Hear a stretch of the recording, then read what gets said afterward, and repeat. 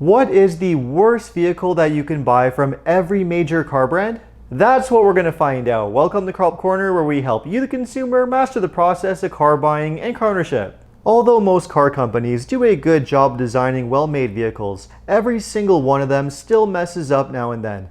And they all have one model that is just absolutely terrible and well below the rest. But before we get into which models are the worst ones that you should not be wasting your money on, remember, if you enjoy and get value out of this video, make sure to subscribe and turn on notifications. So let's start things off with Volkswagen. And without question, the worst vehicle that Volkswagen currently makes is the Taos. The Taos is a small subcompact crossover SUV that Volkswagen introduced a couple of years ago. But even though the Taos might look like an appealing small SUV, it has a lot of significant issues. For one thing, it's just way too unrefined and too uncomfortable to drive, mostly due to the fact that the all-wheel drive versions come with a dual-clutch transmission. Dual-clutch transmissions are sometimes known to be jerky, especially when driving at lower speeds, and that's certainly the case with the transmission that's in the Taos. And not only is it uncomfortable, but it also has underwhelming performance thanks to an underpowered 1.4-liter engine,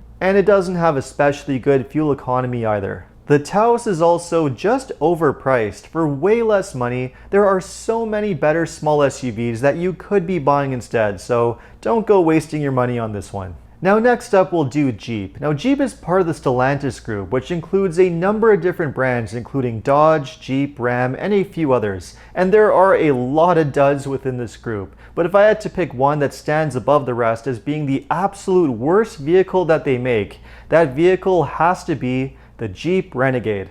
I can't imagine why anybody would consider purchasing a Renegade new in 2024 because this has to be one of the worst new vehicles on sale today. Not only does it have a poor track record when it comes to build quality and reliability, that should be enough to disqualify it from your shopping list, but it also has a poor safety score, underwhelming performance, and fuel economy, and it's just not a particularly well-designed or well-made vehicle either. And like many Jeep vehicles, it's ridiculously overpriced for what you're getting, especially considering how outdated it now is. As mentioned, it's not hard to find a lot of duds within the Stellantis group, but the Renegade is certainly one of the worst vehicles that they currently make. And it's really no surprise that it also happens to be one of the slowest selling vehicles on the market, and there are many great reasons for that. Thankfully, most consumers seem to have enough common sense to avoid the Renegade, and hopefully they also have enough common sense to avoid the next vehicle, which is from Ford.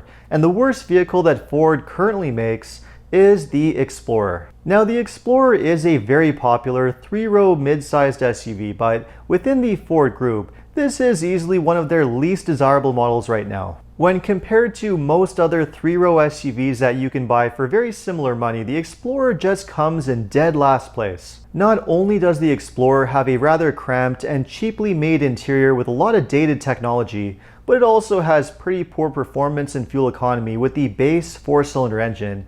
And over the last several years, the quality and reliability have been pretty underwhelming as well. And even though you can get a much better and a more powerful twin-turbo V6 engine with the Explorer ST, that one drives the pricing ridiculously high. So as a whole, the Explorer just doesn't have enough going for it, and it's very likely that Ford is going to be introducing a very extensive update in the near future, so for now, it's best to just avoid this one. And next up we'll do General Motors. Now the worst vehicle that GM currently makes comes from Chevrolet, and that one is the Blazer. Much like the Explorer, the Blazer is a very underwhelming SUV in many ways. Although it does have a decent amount of space on the inside, it is pretty cheaply made, has a lot of dated tech, and just doesn't live up to its expensive price tag. The 3.6-liter V6 engine has a pretty poor track record for reliability as well, with timing chain issues and oil consumption. And considering the high pricing, it really just doesn't make any sense to be wasting your money on this one. GM is not exactly known for always making well-made, good quality vehicles, but even by their standards, the Blazer comes near the bottom of the pack. And next up we'll do Kia, and the worst vehicle that Kia currently makes is the K5. Now, if you're not familiar with this one, I really can't blame you because the K5 is more or less a forgotten vehicle. It's a mid-size sedan designed to compete with top rivals like the Toyota Camry and the Honda Accord. But compared to those two, the K5 really doesn't have a whole lot going for it. For one thing, Kia has had a number of quality issues over the past few years, including the drivetrain that's used in the K5, which has a dual-clutch 8-speed automatic transmission, which has had a number of reported issues. And not only is the reliability questionable, but the K5 really doesn't have anything going for it that would make you consider one over a much better Accord or Camry. Both those vehicles have much better reputations when it comes to quality, reliability. You can get them as fuel-efficient hybrids, and they're also really good at holding their value over time. You can't really say the same thing about the K5, and considering that Kia is most likely going to be discontinuing it in the near future, it makes absolutely no sense to consider one. And next up we'll do Hyundai, and the worst vehicle that Hyundai currently makes is the Santa Cruz. The Santa Cruz was designed to be a light-duty pickup truck based off of the Tucson crossover SUV. And because it has a crossover platform, it does have a car-like driving feel and is quite comfortable to drive. But if you're looking for a pickup truck that can actually do pickup truck things, the Santa Cruz is going to be pretty underwhelming. The base drivetrain is a very underpowered 2.5-liter 4-cylinder engine, which Hyundai couldn't even bother to offer in Canada. It's only available in the US. And although the optional 2.5 turbo engine does address that issue and is a lot more capable, this one has its own issues, such as the use of the 8-speed dual-clutch automatic transmission, which is not only jerky and unrefined, but also has a poor track record for reliability, which is not a good thing in a truck. The fact that these vehicles have already been having reliability issues when they're more or less brand new, who knows what they're going to be like down the road after they've had to tolerate some typical abuse, which is normal for a pickup truck. I certainly wouldn't want to risk it, so if you're in the market for a comfortable, light-duty truck, there are much better alternatives that you could be going for instead, such as the Honda Ridgeline or even the Ford Maverick Hybrid. And next up, let's do Nissan, and the worst vehicle that Nissan currently makes is the Altima. Much like the Kia K5, there is very little reason to consider buying a Nissan Altima brand new in 2024, compared to the much more popular and much better Honda Accord or Toyota Camry. The Altima is basically just a worse version of those two vehicles in almost every single way. And not only that, but it also has a rather poor track record when it comes to reliability, especially due to the CVT continuously variable transmission, which on the older Altimas had a pretty high failure rate. There's just no reason to consider buying an Altima brand new, and if you're in the market for a mid-size sedan, you'd be much better off buying something like the Camry or the Accord instead. Now, next up on the list, let's move to Mazda. Now, Mazda is a company that really doesn't make too many bad vehicles. In fact, almost everything they make is really quite excellent. But there is one model in their lineup that really leaves you scratching your head and makes you think, what were they thinking? And that vehicle is the MX-30. Now, if you haven't heard of the MX-30, I really can't blame you. This is a very unpopular and slow-selling small electric crossover. And it's a very underwhelming vehicle at that. For one thing, it has pretty poor performance from its electric drivetrain, which is only able to travel around 100 miles or 160 kilometers on one full charge, which is laughable for a new EV in 2024. It's also a rather slow vehicle, which is surprising for an EV, which are typically quite peppy. And for a crossover SUV, it also has a rather unusual layout, with only 2 proper doors and a very cramped interior. With its poor performance, poor driving range, and very poor packaging, there is just no reason to consider buying the MX-30. And considering its very slow sales and the fact that Mazda has finally announced that they are going to be discontinuing it,